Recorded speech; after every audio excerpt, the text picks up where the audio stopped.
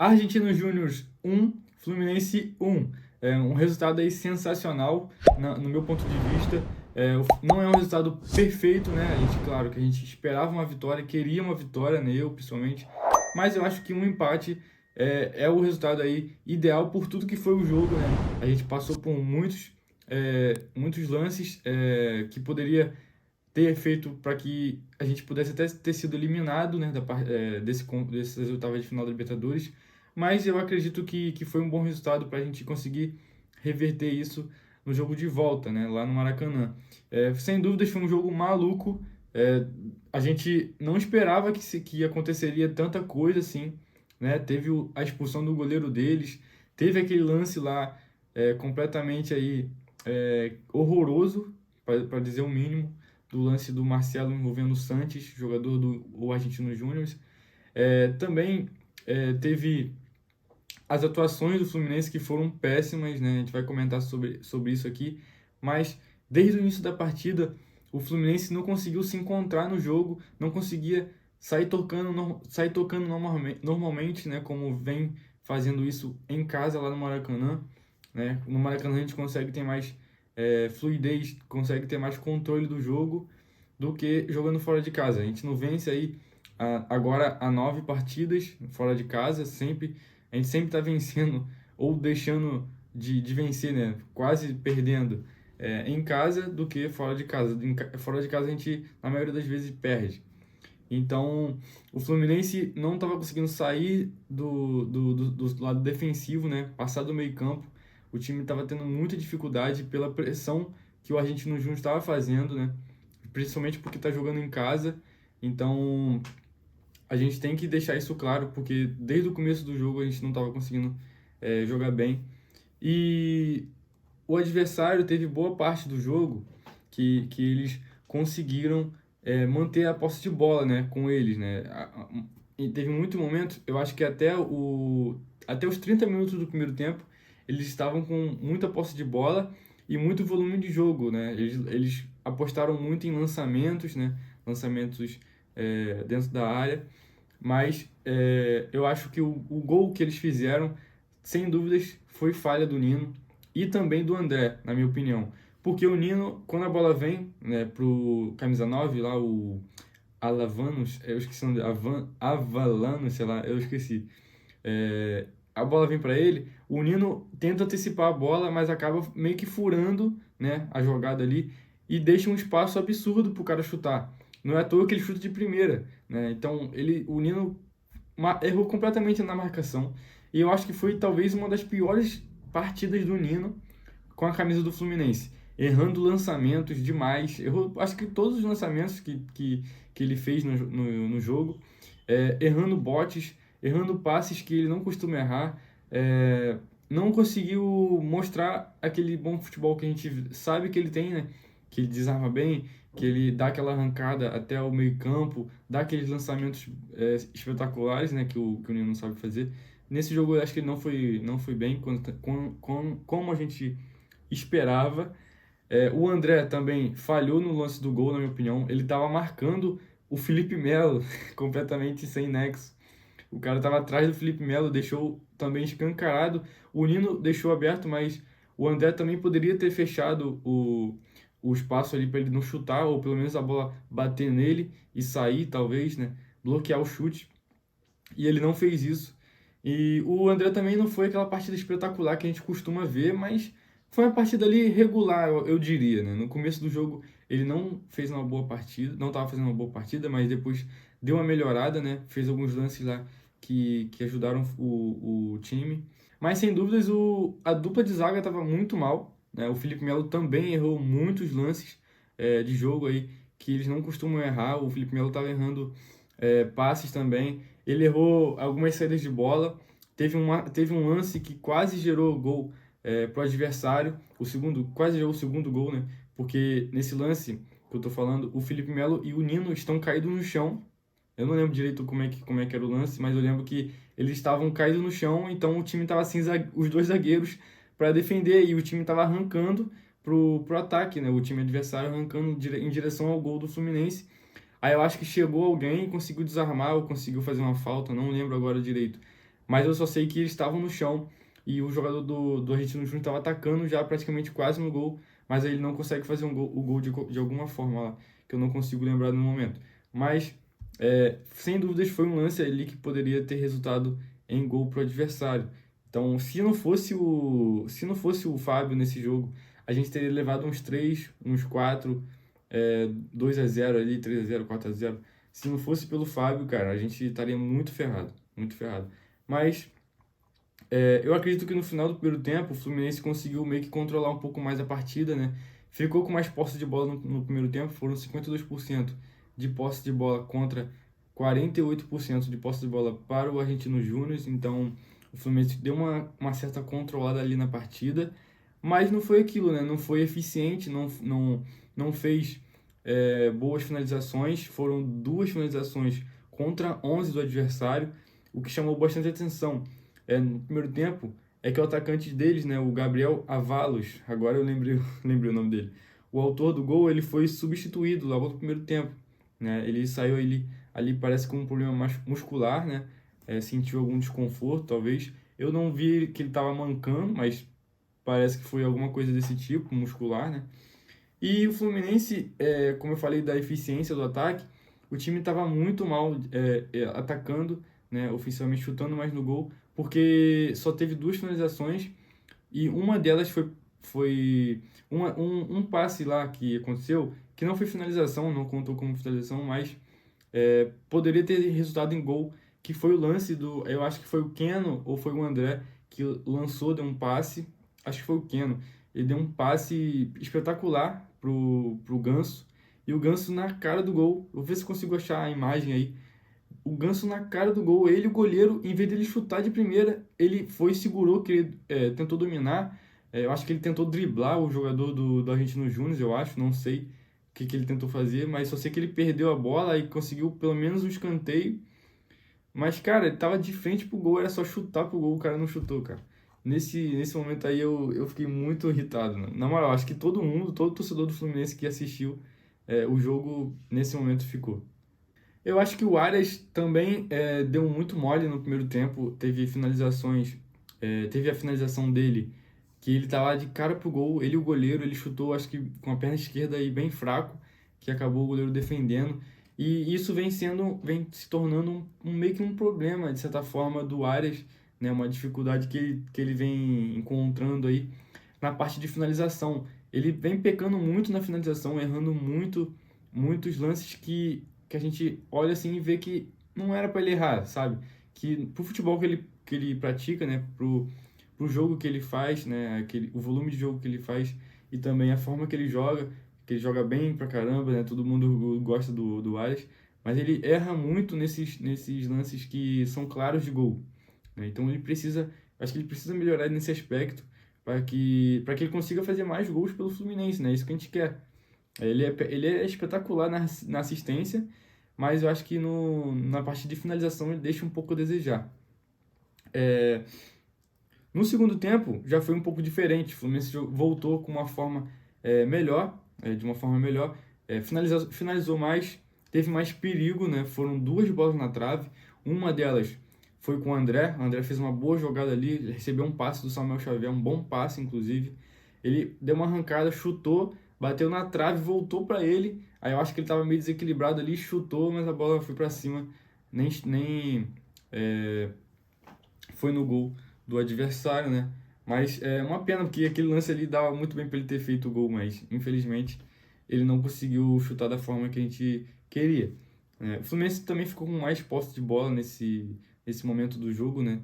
No segundo tempo foram 53% de posse de bola contra 47%.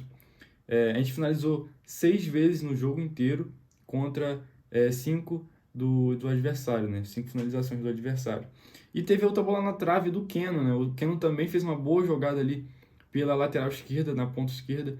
Ele deu um drible ali para a direita, chutou, a bola foi rasteirinha lá no canto esquerdo do goleiro, mas só que ela beijou a trave ali e foi para fora, né? Foi quase um belo gol também do Keno ali de fora da área.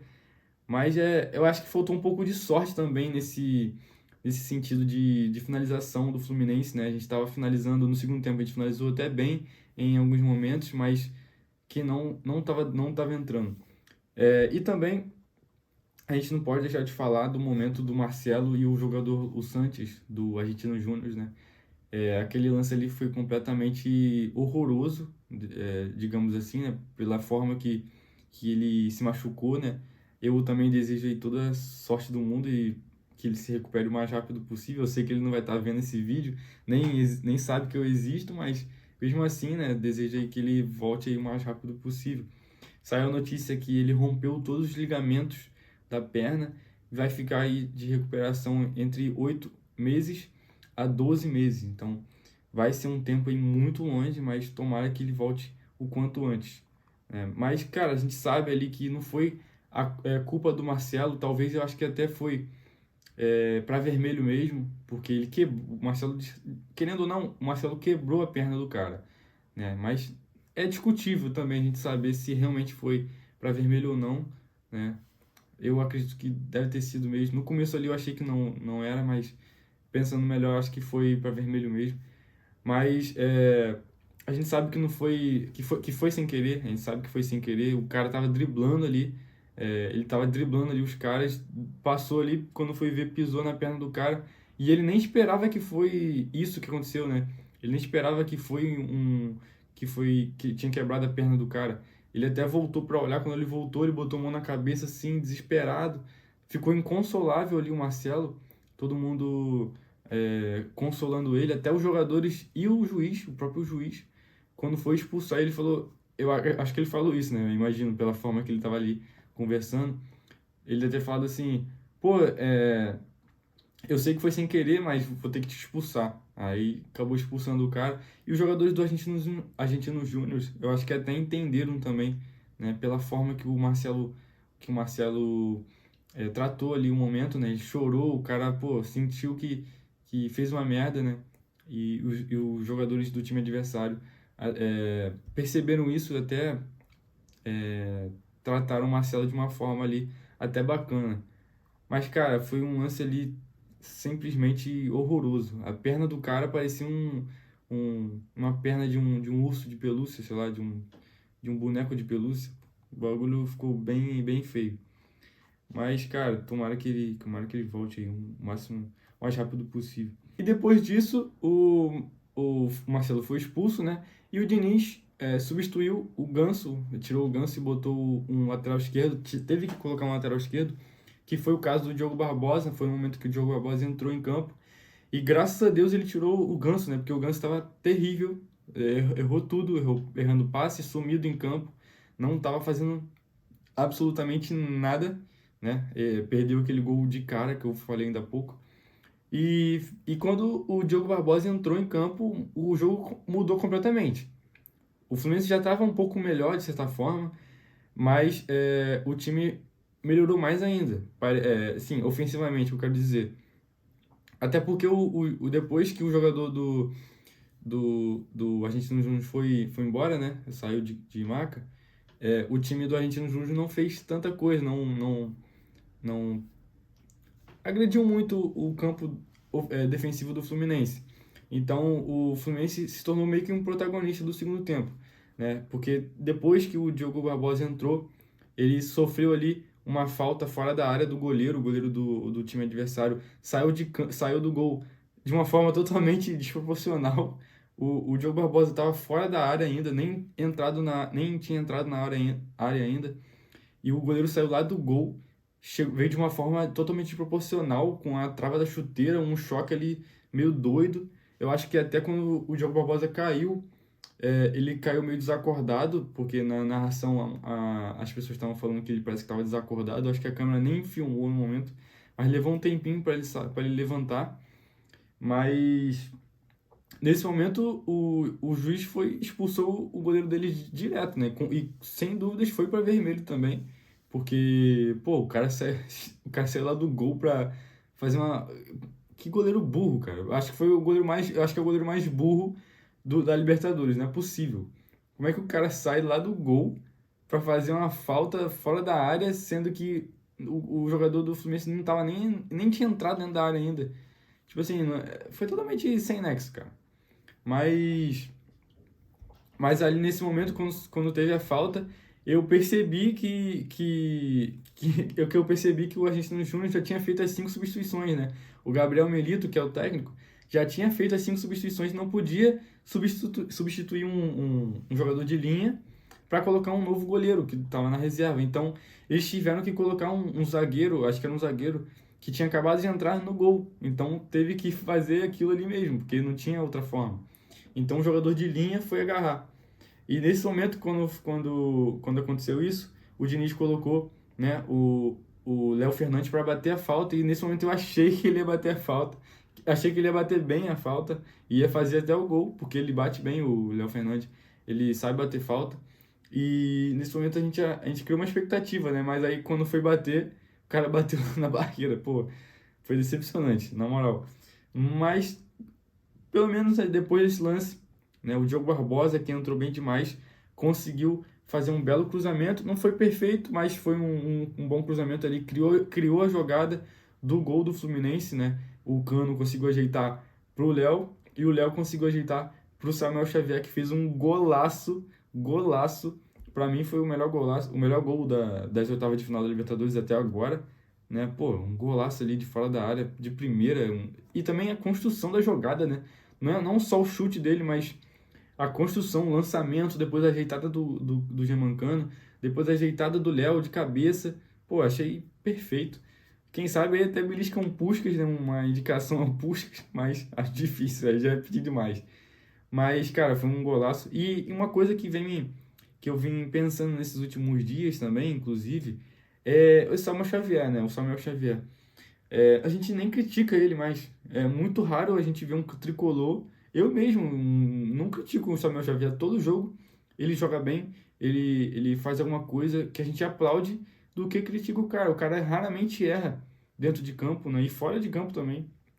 Então, um jogador aí, peça fundamental. No começo da carreira dele aqui no Fluminense, no começo da passagem dele aqui no Fluminense, ele começou um pouco mal, né? Tava ali bancando pro Calegari, né? E tudo mais, tava oscilando bastante, mas agora tá perfeito. Tipo, raramente você vê ele errar, né? Como eu falei. Então, é um jogador importantíssimo aí pra gente. Num geral, depois do gol, na verdade, depois do gol que a gente fez, a gente conseguiu fazer o segundo gol ainda com um cruzamento do Diogo Barbosa, cruzamento perfeito no pé do Léo Fernandes, mas realmente estava impedido, não tinha que fazer ali, estava à frente da linha, foi bem marcado o impedimento.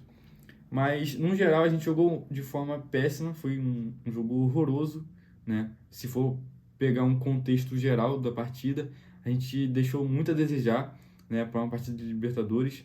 O time não conseguiu se controlar bem defensivamente. Se não fosse pelo Fábio, como eu falei, se não fosse pelo Fábio, a gente teria perdido aí feio nessa partida. E também a expulsão do Marcelo influenciou bastante, e a lesão do jogador também influenciou bastante os dois lados. Aí teve também, cara, não foi um jogo de maluco, teve até a expulsão do goleiro. Então, muitas coisas desencadearam aí esse empate, mas que para mim foi um empate bom. Eu acho que um empate positivo para a gente conseguir reverter esse placar aí, reverter não, vencer, né, no jogo de volta lá no Maracanã. Eles vão estar com alguns desfalques, né, com certeza o Santos não vai jogar, né, obviamente. O goleiro que foi expulso também é o desfalque. E também tem o possível desfalque, que é o camisa 9, aí, o Gabriel Avalos, que fez o gol no jogo. Então, eu acho que a gente tem tudo para vencer no jogo de volta. O Maracanã vai estar cheio, lotado, né? Então, não tem por que a gente perder. A gente vai estar com o time completo, tirando o Marcelo, obviamente. Mas o Diogo Barbosa, que vem jogando bem, deve ser o titular. Então, acredito que a gente deve sair com um resultado positivo. Eu cheguei até a ver um cara no WhatsApp, no grupo de WhatsApp, falando que a gente devia protestar no desembarque do time aqui no Rio de Janeiro, quando eles voltarem, né, para o Rio. Isso com 30 minutos do primeiro tempo, o cara falando isso. Cara, às vezes eu não entendo o que passa na cabeça do tricolor, né? Tem coisas que é muito maluca, né? Tipo assim, 30 minutos do primeiro tempo, o cara já falar em protesto.